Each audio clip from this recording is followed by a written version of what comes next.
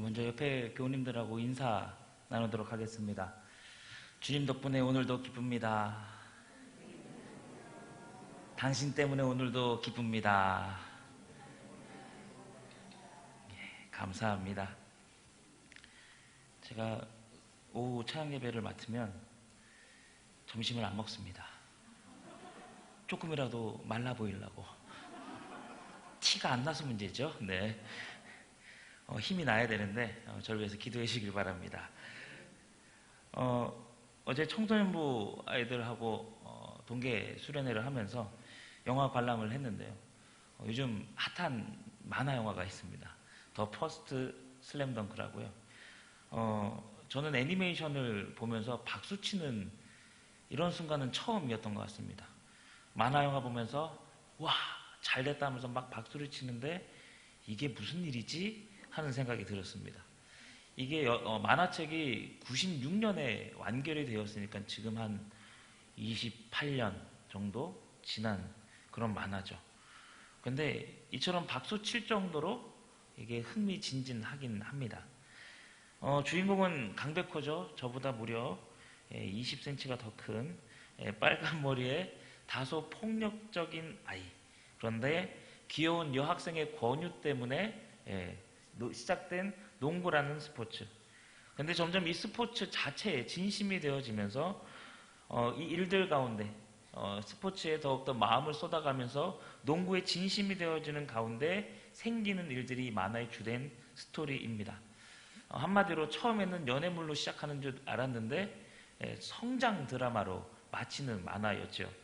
근데 이번 영화를 보면서 과연 이 작가가 어떤 마음으로 영화를 만들었을까 했는데 이제 제가 봤던 만화책과는 완전 접근이 다른 겁니다. 주인공 강백호, 빨간머리 강백호의 이야기가 아니라 저와 키가 동일한 168cm의 송태섭이라는 그 포인트 가드, 공을 몰고 다니는 그런 선수의 학창시절, 그 어린 시절부터의 이야기로 시작이 되죠. 근데 이 학생이 굉장히 송태섭이라는 친구의 인생이 굉장히 기구합니다. 초등학교 아마 3학년의 나이에 아버지가 일찍 세상을 뜹니다. 형, 그리고 본인, 그리고 여동생이 하나 있는데 이제 형밖에 안 남은, 물론 어머니가 계시지만 어머니는 마음이 이미 상실하였고 힘을 잃어버린 상태였죠. 그렇게 의지하던 3살 터울의 형, 그 형이 또 농구부 에이스였습니다.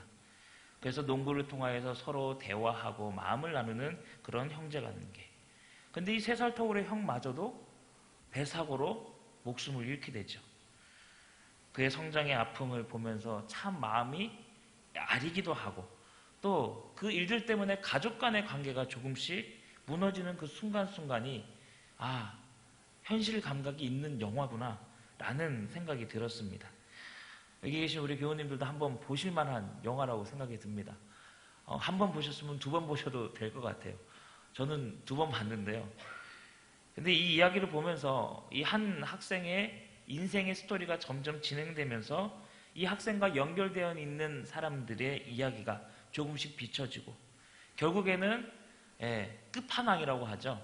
고교 최강 산안고등학교라는 그 팀의 선수들과 맞붙는 이야기로 이 만화 영화는 끝이 납니다.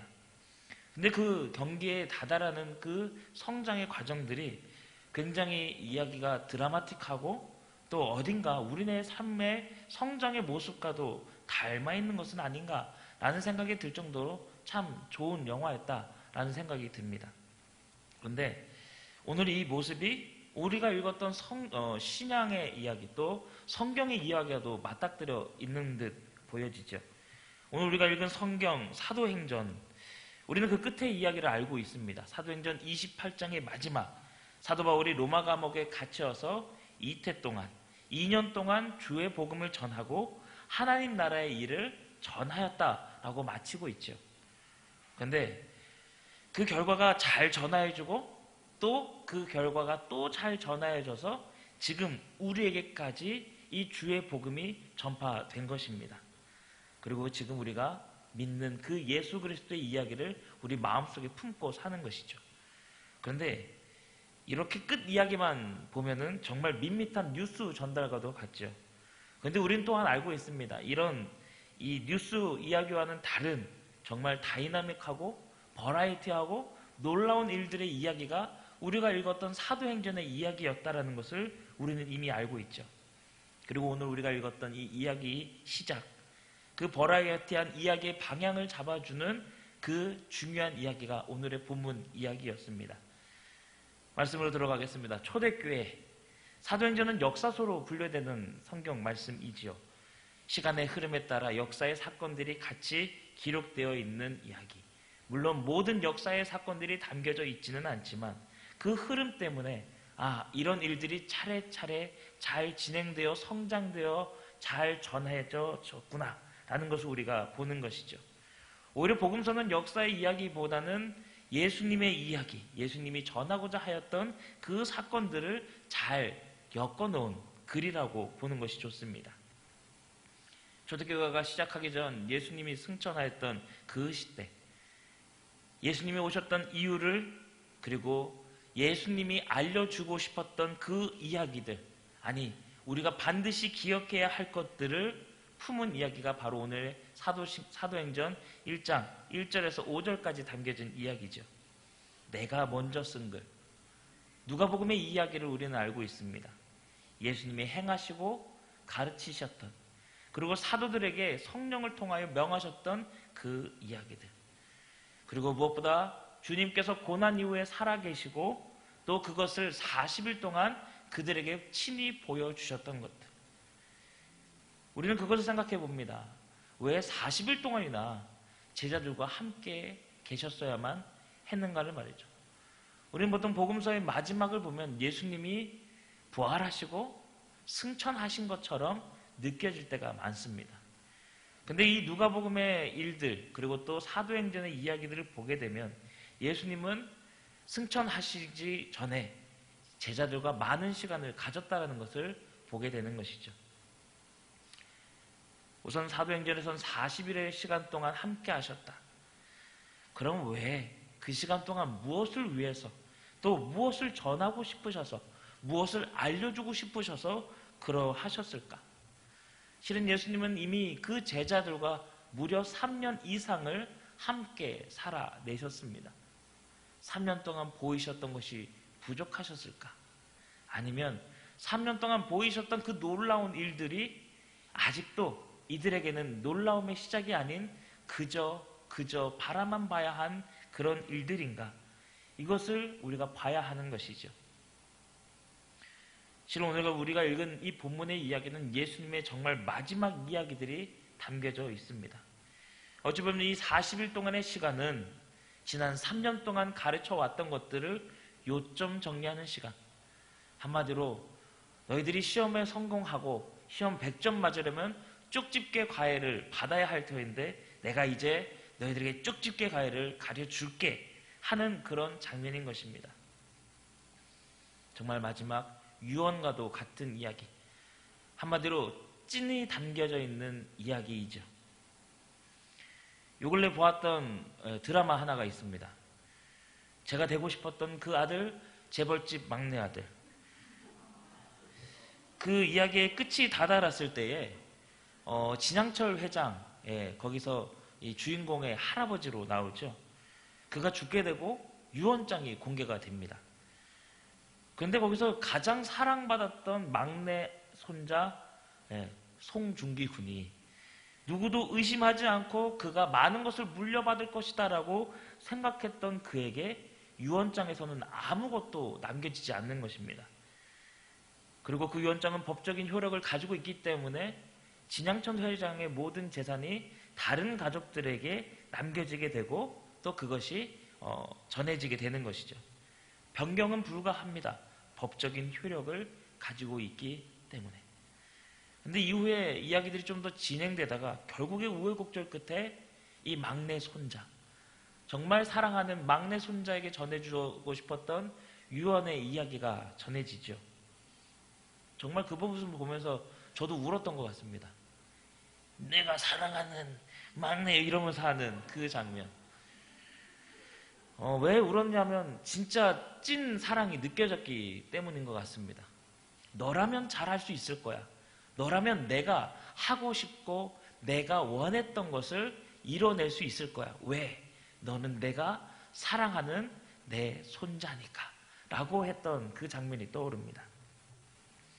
그런 모습을 보면 우리는 예수님의 이야기를 정말 잘 듣고 따르고 행해야만 하죠. 근데 우리는 여전히 세상 사람과도 비슷합니다.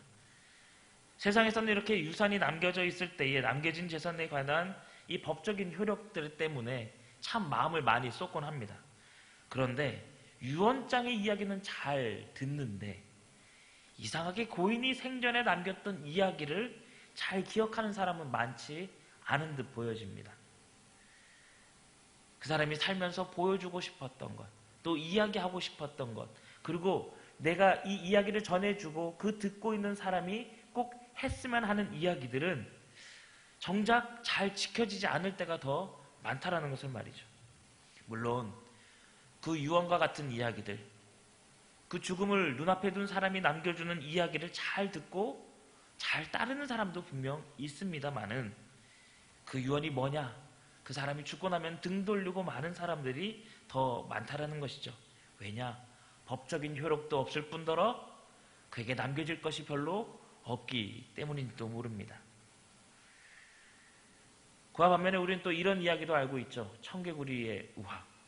어머니 살아계실 적엔 그렇게도 엄마 말씀에 반대로 움직이다가 왜 하필 돌아가실 때 남기신 그 이야기에 마음이 꽂혀서 물가에 무덤을 마련하고는 비 올 때마다 그렇게 구슬피 오르댔다는 그 이야기. 우리는 그 유언에 대해서, 그 남겨진 이야기에 대해서 참 많은 생각을 하게 하는 우화입니다. 근데 오늘 우리는 예수님의 유언과도 같은 마지막 이야기가 이 사도행전에 담겨져 있다는 것을 봐야 하는 것이죠. 근데 문제는 이 이야기를 들은 제자들도 세상 사람들과 별반 다르지 않았다는 것입니다. 예수님의 이야기를 40일 동안 듣고서 예수님이 승천하시는 그 장면, 이미 지난 3년 동안 함께 먹고 마시고 잠을 자고 또 그와 함께 눈물 흘렸던 그 제자들, 정말 놀라고 또 반가웠던 그 이야기들이 이제 자신들의 마음에 남겨지지 않게 된 채로 예수님이 승천하시자 그저 하늘만 바라보게 되는 거죠. 멍하니 그가 떠나가신 뒷자리만 보고 있는 것입니다. 다행히도 예수님이 오늘 말씀 가운데 하나님이 약속하신 것을 보내주신다, 그 성령님을 만나자 그들은 예수님이 하신 이야기가 이것이구나 라는 것을 깨닫게 되고 각성하게 됩니다. 마치 막내 아들이, 그 막내 손자가 진양철 회장의 마지막 유언장을 정말 발견했을 때 눈물 흘리면서 그게 갑자기 회사 이름이 산모에 그거요. 그것을 쟁취하고자 마음을 쏟는 그 모습을 보게 되는 그 각성의 장면을 우리는 이 제자들을 통해서도 보게 되는 것이죠. 성령님이 함께 하시자 베드로 사도는 어떻게 됩니까? 놀라운 깨달음을 통하여서 주의 복음의 일들을 전하기 시작합니다. 예수께서 너희들에게 이렇게 오셨다. 큰 권능과 기사로 너희에게 보여주셨고 베푸셨는데 그것을 너희들이 잊어버린 채로 그를 죽여버렸다. 그러나 너희들이 기억해야 한다. 그가 누가 보내신 이 임을 기억하고 하나님이 그 오른손으로 예수를 높이사 그 약속하신 성령을 지금 우리에게 보내주셨고 부어주셨다는 그 사실을. 실은 베드로는 어떤 사람입니까? 약하디 약한 사람이었습니다. 성정은 불같지만 진정 위험한 순간에는 발뺌하는 사나이였지요. 그런데 성령님을 통하여 그는 변화되고 각성된 것입니다. 한마디로 예수님의 이야기를 제대로 알기 위해서는 누가 필요하냐? 바로 성령님이 필요하다는 것이죠. 예수님이 보여주셨던 것, 말씀하셨던 것, 또 알려주셨던 것. 이 약속의 이야기가 너희 공동체 안에 있어야 한다. 이 이야기가 너희 삶 가운데 일어나야 할 것이다. 너희 자녀들이 예언하고 너희 청년들이 환상을 보고 너희 아비들이 꿈을 꾸게 되는 놀라운 일들, 성령님이 함께 하실 때 너희들 안에서 일어나게 될 일이며 무엇보다 그 일들은 하나님 나라에서 일어나는 일들이다. 아쉽게도 너희들이 그 저 에덴에서 죄인되어 추방되었던 그 시작, 하나님 나라가 붕괴되고 망가진 듯 보여졌지만 하나님의 사랑의 계획 안에서 너희들이 다시 한번 하나님 나라를 회복하는 일들에 불려짐을 당하게 될 것이다. 성령님으로 인하여 회복의 자리에 서게 될 것이라는 그 약속의 이야기. 그러니 부디 내 이야기를 잊지 않고 잘 따르길 바란다라는 그 예수님의 유언이 오늘의 말씀입니다. 실은 예수님이 처음 사역을 시작하실 때 하셨던 이야기가 무엇입니까? 하나님 나라가 가까이 왔으니 회개하고 복음을 믿어라 라고 전파하셨죠. 하나님의 나라가 가까이 왔다. 주님이 오셨기 때문에 시작된 하나님 나라 회복을 전하는 것. 그리고 예수님의 그 공생애가 끝난 마지막, 그는 우리에게 큰 명령 하나를 내리시죠. 우리가 읽진 않았지만 마태복음의 그 이야기를 우리는 모두 기억할 것입니다. 주님께서 우리와 함께 하실 것인데 아버지와 아들과 성령의 이름으로 세례를 베푸게 될 것이고 내가 그동안 가르쳐 분부한 것들을 지키게 될 것이다. 가서 제자 삼으라 라는 그 이야기 말이죠. 그리고 오늘 우리가 읽었던 이 본문의 말씀 뒤에는 무슨 이야기가 나옵니까? 사도행전의 그 놀라운 성령 사역의 시작. 성령이 너희에게 임하시면 너희가 권능을 받고 예루살렘과 온 유대와 사마리아와 땅끝까지 내 증인이 되리라 라는 그 사역의 이야기. 실은 오늘 읽은 이 1장 1절에서 5절의 말씀은 가장 중요한 지상명령과 또 가장 중요한 성령 사역 가운데 끼어있는 정말 샌드위치 사이에 끼어있는 햄과 같은 역할을 하는 이야기이죠. 주님의 놀라운 이야기. 가서 교회를 세우고 제자를 삼아 세례를 베풀고 그들을 통하여 가르쳐 지키게 하는 일들 너희들이 해야 할 것이다. 그리고 그 일이 있도록 성령이 도우실 것이다. 예루살렘과 온 유대와 사마리아와 땅끝까지 이르러 주의 증인이 되는 삶을 내가 너에게 맡길 터인데 무엇을 전해야 할 것이냐? 바로 하나님 나라의 일을 너희가 가르쳐 지키게 해야 할 것이다 라고 말씀하신 것이죠. 하나님 나라의 일은 무엇일까요? 물론 이 일이라는 단어는 우리가 많은 생각을 하게 하는 중첩된 단어입니다. 일은 해야 하는 것이고 또 일은 그 나라에서 생겨난 사건도 말을 합니다. 한마디로 오늘 하나님 나라의 일을 이야기하신 그 예수님의 말씀은 하나님 나라의 사역뿐만 아니라 하나님 나라에서는 이런 놀라운 일들이 일어나게 될 것이다. 하나님 나라에 사는 사람들의 모습은 이렇게 변화될 것이다. 하나님 나라를 회복하게 하실 것인데 그 계획의 약속을 위하여 성령님이 너희와 동행하실 것이다. 그리고 내가 다시 올 그날까지 너희들이 함께 기도하며 기다려야 할 것이다 라는 그 일들을 말하는 것이죠.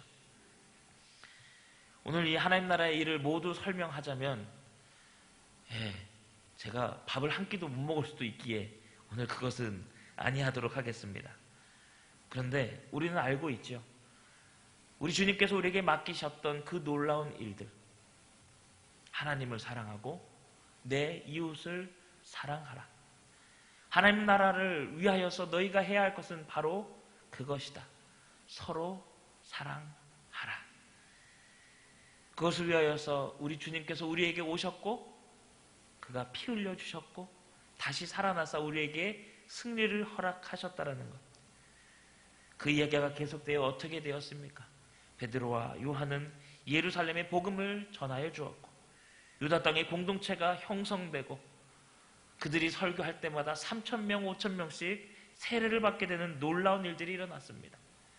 그들이 그토록 싫어했던 사마리아 땅에도 빌립을 통하여 주의 복음을 전하게 되고 이후에 자신들을 죽이고 박해하였던 사도 바울을 통하여서 이방인들, 무엇보다 저 땅끝 서바나에까지도 주님의 복음 들고 나가는 이야기들이 이 사도행전 가운데 담겨지게 되는 것이죠. 저는 이 자리, 이 이야기가 우리 모두의 이야기가 되기를 주의 이름으로 축원합니다. 우리와 함께 하시는 그 성령님으로 인하여서 우리에게 맡겨주신 귀한 일들이 반드시 일어날 것입니다. 주님의 일, 하나님 나라의 일이 우리 안에 일어날 것이고 또 우리가 보게 될 것을 우리가 확신하기를 소망합니다. 물론 요즘 참 코로나 때문에 많이 힘들죠. 지난 3년 동안 참 많이 우리가 움츠러 왔습니다. 거기다가 전쟁의 위협은 또 어떤지요? 우크라이나, 러시아발 이 전쟁 때문에 여전히 우리는 힘든 시대를 살고 있는 듯 보여집니다. 또 이번 주에 투르키와 또 시리아의 지진이 있었죠. 어떤 이들은 정말 억소리도 못하고 자신의 삶을 마쳤던 사람들도 있습니다. 거기다가 지금 우리나라뿐만 아니라 전 세계가 정치, 경제, 사회에 많은 문제들을 가지고 있기에 어찌 보면 우리가 하나님 나라의 일을 보기보다는 세상 일에 관심을 가져야 할 수밖에 없는 시대를 살고 있는 듯 보여집니다. 거기다 교회는 어떤가요? 교회는 점점 도태되고 있는 듯 보여집니다. 하루아침에 문을 닫는 교회가 얼마나 많은지요.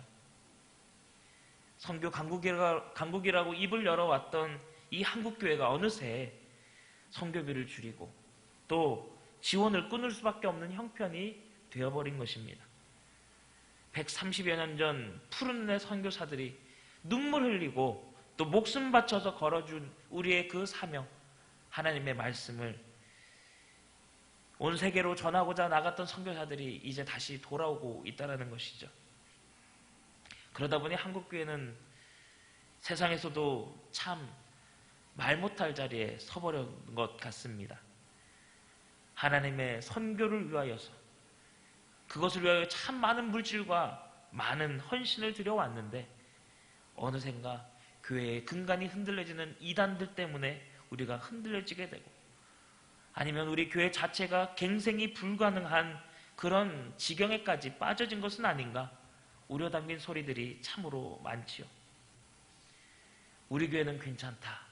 우리 교회는 괜찮을 거야. 라는 이야기들은 과연 누구에게 통행되는 말일까요? 우리 성광교회는 괜찮겠습니까? 우리 성광교회는 잘 할 수 있을까요? 아마 이런 고민들이 참으로 많으실지도 모르겠습니다. 우리의 다음 세대들이 우리가 진정 그 시대를 살아왔던 때보다는 참으로 많이 줄었습니다. 물리적인 수도 많이 줄었지만 하나님을 믿는 아이들의 수도 진정으로 많이 줄었죠. 그러다 보니 눈물로 기도하고 눈물로 애쓰고 있는 오늘이고 또 내일일지도 모릅니다. 괜찮지가 않아서, 아니 괜찮을 수가 없어서 우리 모두가 눈물 흘리고 기도하는지도 모릅니다. 그러다 보니 하나님 나라를 전하는 예루살렘과 온 유대와 사마리아와 땅끝까지 주의 증인이 되어야 하는 그 사명은 어느샌가 딴 나라 일이 되어버린 것은 아닌가. 각 교회가, 각 지체가, 각 공동체들이 서로가 서로를 돕고 연합하기에 힘쓰기보다는 각자 도생하려고 스스로만 살아나려고 내 교회만 아니면 된다라는 식으로 살고 있는 것은 아닌지요. 오늘 선교위원회 헌신예배에 무거운 이야기를 던져들어 죄송합니다만 오히려 이 헌신의 자리에 우리가 더 이 마음, 무거운 마음을 한켠에서는 잡아야 할지도 모르겠습니다. 오늘은 선교위원회 위원들만을 위한 날이 아닙니다. 우리 모두가 선교사요, 또 선교자입니다. 또 어느 누군가를 위하여 순교자가 되어야 할 믿음의 사람들이 되어야 하는 것이죠. 어찌 보면 이 한국교회의 위상이 현 주소일지는 모르겠습니다. 한국교회가 필패하고 있는 상황일지도 모릅니다. 무너지는 교회의 이 상황을 보면서 우리는 어떻게 해야 하는가 참으로 고민에 빠져 있는지도 모릅니다. 선교위원회의 자리는 어디에서 무엇을 해야 하는지 고민해야 되는지도 모르죠. 하지만 우리는 주의 말씀이 여전히 우리에게 있음을 잊지 않아야 합니다. 오늘 우리에게 이 말씀은 여전히 약속의 말씀이 되고 있습니다. 우리는 반드시 하나님 나라의 일을 가르치고 지키게 해야 하고 또 증인된 삶을 살게 하기 위하여 우리 성령님을 보내주십니다. 우리 성령님이 우리와 함께 하신다라면 이 모든 일들을 감당할 수 있는 것이죠. 그것이 마치 빛바란 희망 고문처럼 다가오는 것이 아니라 진정으로 지금까지 여기 계신 모든 분들이 살아내어 왔던 선교의 자리요 또 헌신의 자리였기에 지금 우리가 다시 뭉쳐서 또 모여서 기도해야 하는 오늘일지도 모릅니다. 비단 선교위원회일 뿐만일까요? 예배의 자리, 교육의 자리, 봉사의 자리, 모든 일들을 관리하고 함께 마음 쏟아야 하는 그 모든 자리, 성령님이 돕지 아니하신다면 울리는 꽹과리밖에 되지 않는 것입니다. 그렇게 우리는 더욱더 성령을 구하는 오늘이 되어야 하고 우리의 헌신의 자리를 위하여서 우리의 마음을 지키시고 또 우리를 인도하실 성령님께 간구해야 하는 오늘이 되어야 할 것입니다. 하나님 나라의 일을 알려주실 성령님, 그 성령님을 우리가 오늘도 만나고 계십니다. 예배하면서 함께 모여 기도하면서 저 다락방에 모여 기도하였던 120명의 성도들이 성령으로 인하여 변화되었던 것처럼 지금 우리 성광동산 안에 우리 성령님이 우리의 마음을 만지시고 우리의 마음을 바꿔주실 것을 우리가 확신하고 믿으시길 소망합니다. 성령님으로 인하여 우리의 인격이 변화되고 우리의 삶의 방향성이 바뀌어질 수 있을 것입니다. 선교, 비단 저 해외에 선교비 보내는 것으로 끝이 날까요? 선교사를 보내었으면 그것이 끝일까요? 물적 인적 자원을 보내었다고 끝이 날까요? 절대 선교는 해외로 보내는 것이 아닙니다. 우리의 삶의 자리, 우리의 삶의 자리가 변화되는 것이 바로 선교의 자리이지요. 실은 선교사님들이 참으로 많이 돌아오지만 그 가운데서도 그 선교의 자리에서 묵묵히 살아나가시는 분들이 있습니다. 그것이 나의 삶의 자리요, 나를 부르신 자리요, 그 자리에서 성령님이 하시는 일을 나는 함께 하겠다 하시는 그런 분들. 근데 여기 계신 우리 귀한 성광교회 귀한 교우님들도 삶의 자리에서의 선교사이들이십니다. 선교의 사명을 감당하는 분들. 나의 삶의 모습 때문에 어느 누군가는 주님의 그 귀한 자리로 돌아오게 되는 역사. 우리를 통하여서 많은 사람들이 옳은 대로 돌아오게 하는 하늘의 별처럼 빛나게 되는 귀한 역사. 그것이 우리의 삶의 자리요 선교의 자리인 것입니다. 그리고 오늘이 그 첫 자리이기를 소망해 봅니다. 지금까지 해왔던 그 자리, 물론 수고하고 참으로 헌신한 자리 모두에게 하나님께서 칭찬하십니다.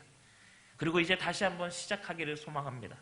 더 퍼스트 행전, 주님이 하시는 그 놀라운 일들을 다시 한번 붙드시는 오늘. 슬램덩크의 그 송태섭이라는 가드가 초등학교 시절 첫 드리블을 통하여 형을 돌파해냈던 그 시간을 기억합니다. 그리고 그 자리에서 점차 자라나고 성장하고 결국엔 마지막 최강의 산왕고교를 물리치는 그 이야기는 6회, 3회, 통회 그리고 우리에게 쾌재를 부르는 장면일지도 모릅니다. 그리고 그는 거기서 멈추지 않습니다. 그의 지평이 넓어지는 이야기로 그 영화는 끝이 나죠. 저는 오늘 우리의 이 자리가 그저 오늘 위로받고 끝나는 자리가 아니라 그저 오늘 한번 다짐하고 헌신하고 끝나는 자리가 아니라 오늘 이 자리가 선교의 시작이 되고 그 믿음, 약속하신 성령님을 만남으로 인하여 하나님 놀라운 일들을 다시 한번 보게 되는 역사, 모이게 힘쓰고 예배하며 함께 기도하는 역사, 하나님 나라 일을 듣고 말하고 또 전하면서 우리의 선교의 지평도 넓어지게 되는 귀한 역사 보게 되시길 소망합니다. 성령님이 함께 하시기 때문에 오늘 예배의 자리에서 또 말씀을 읽는 자리에서 그리고 기도하는 자리, 찬양하는 자리에서 봉사하는 자리에서 헌신하는 자리에서 성령님으로 인하여 우리의 삶의 자리 모두가 변화되는 그 선교의 현장이 되기를 소망합니다. 오늘은 작은 시작일지라도 그 끝은 놀라운 사도행전에 이어져 쓰여지는 역사, 끝이 나지 않는 사도행전의 29장의 역사가 되어지리라 소망합니다.